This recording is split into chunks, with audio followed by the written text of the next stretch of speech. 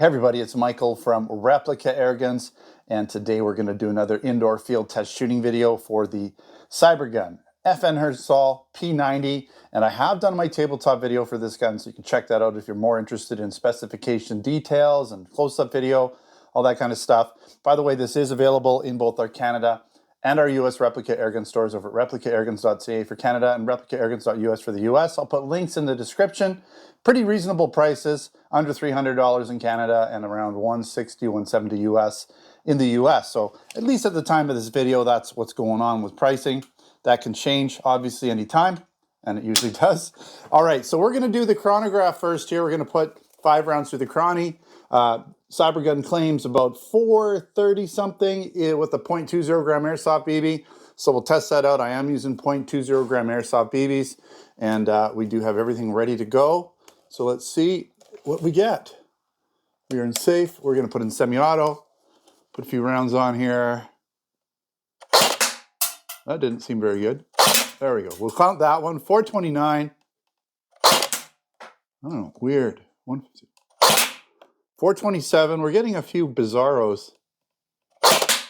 Why are we getting those? You know what, it might be that the mag is really tight right now. Strange. Okay, so 427. We're gonna go with the high ones because I think maybe the mag's loaded up a little tight, I'm not sure.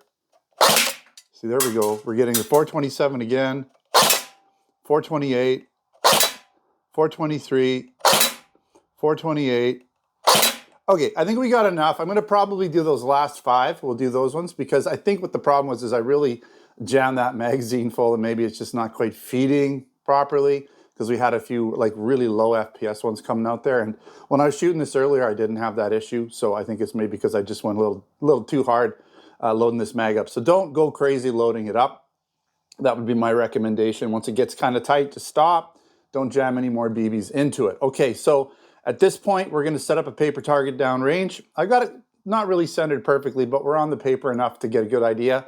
We're not going for bullseyes here. We're just going for essentially the grouping size. We're going to shoot 10 rounds in semi-auto. Then I'll do a big mag dump at the end there to see how it compares to the full auto.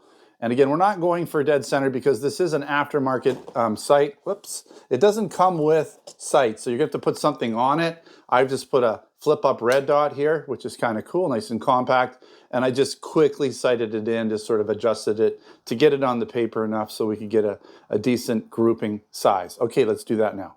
Got a fresh paper target set up 30 feet downrange. We're sitting on a stool in the back here, and I'm resting on the sandbag up front. So it's pretty good in terms of stability. Not perfect, but pretty good. Just that guy just wants to fall on me. So we're gonna get rid of him. We don't need him anyways. There we go. See you later. Bye-bye. Okay, so just gonna aim at the center. It should be probably gonna shoot a little to the down and to the right, but that's okay. We're just, again, trying to get a nice, just 10-shot grouping. Here we go. And semi-auto.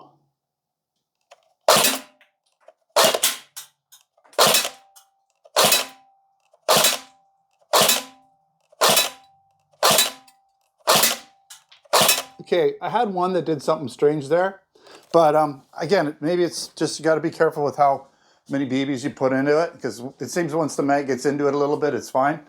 Nice grouping though. Not sure what that one did that was slower. Maybe I'm not sure where it went, but maybe it hit this grouping as well. But we have about 1.5 inch grouping, so very, very reasonable for sure. Let's get into the full auto, which is the more fun thing. And we'll see if we can get that grouping to stay relatively the same. There's not a lot of recoil, so I don't see it getting too much larger.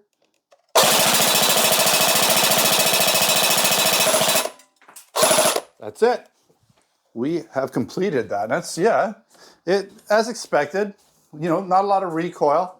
So the grouping shouldn't really get too much larger other than you're just putting more rounds into the target, so there's more possibilities of some rounds coming outside of that grouping, right? So 10 rounds, it's going to be the smaller grouping for sure. We put about probably close to another 40 rounds in there, 35, 40 rounds, depends on what was left in the mag here. I think it's 68. So yeah, probably good 40, 45 rounds when in that target after the first 10-shot grouping. And I'd say we opened up from about a 1.5-inch group to a 2-inch group in full auto. Very reasonable shooting. You know, of course, whatever sight you put on here, you can adjust it to be dead center at whatever range you prefer to shoot at. So that's completely possible. This wasn't bad. I mean, all I would have to do is bring it up and just slightly over to the left, and we'd be right hitting that bullseye all day long with this gun. So real nice gun. FPS was close to 430, like average 430. I'm going to say 425 to 430 average FPS, whatever average it out when I get back in the office and make this video and put that up on the screen, which I've already done for you. So you already know I'm gonna just guess around 427 to 428 would be my guess. But nice gun, works really well. Other than, you know, my recommendation is don't go too crazy with loading the BBs in there. It seems to get a little weird. I think it's just that the spring pressure is so high that it seems to be possibly just not jamming the BBs, because they do come out. It's just that they come out really slow. So they're coming out at like 180 FPS as opposed to 400 plus. So you definitely want to be shooting this thing, you know, at the 400s, not the 180s. So really cool. You know, you could probably get some additional magazines for this gun. At least I hope so, because they come in and out, you know, real easy. So you can have a whole bunch of these, pop them in and out, and you're ready to go. 68 rounds per magazine. So pretty nice. You don't have to wind it or anything. It's just completely spring fed. But yeah, really nice gun, really like it. Again, check out the tabletop video if you haven't already seen that for specifications, details, and more close-up video, right? Because everyone likes to see these guys nice and close. And of course, there's going to be links in the description to buy it over at replicairguns.ca for Canada and replicairguns.us for the US, where it's pretty well priced. I would say it's really a decent price considering, you know, it's got everything you need other than the sight, just a quick sighting system. Comes with a charger, comes with batteries. And by the way, I didn't mention, I was using an 11.1 volt battery as opposed to the 9.6. So rounds per minute rounds per minute is going to be slightly higher with the test that I did over the stock included battery, but should be pretty close. And of course, you can always use whatever battery setup you want. All right, thanks for watching. Don't forget to subscribe. Check us out on Facebook, Twitter, and Instagram. And if you're interested in other products, air guns, BB guns, airsoft guns, pellet guns, blank guns, and other accessories, again, check out the Canada and US stores over at replicairguns.ca and .us. Thanks again for watching. Until next time, take care.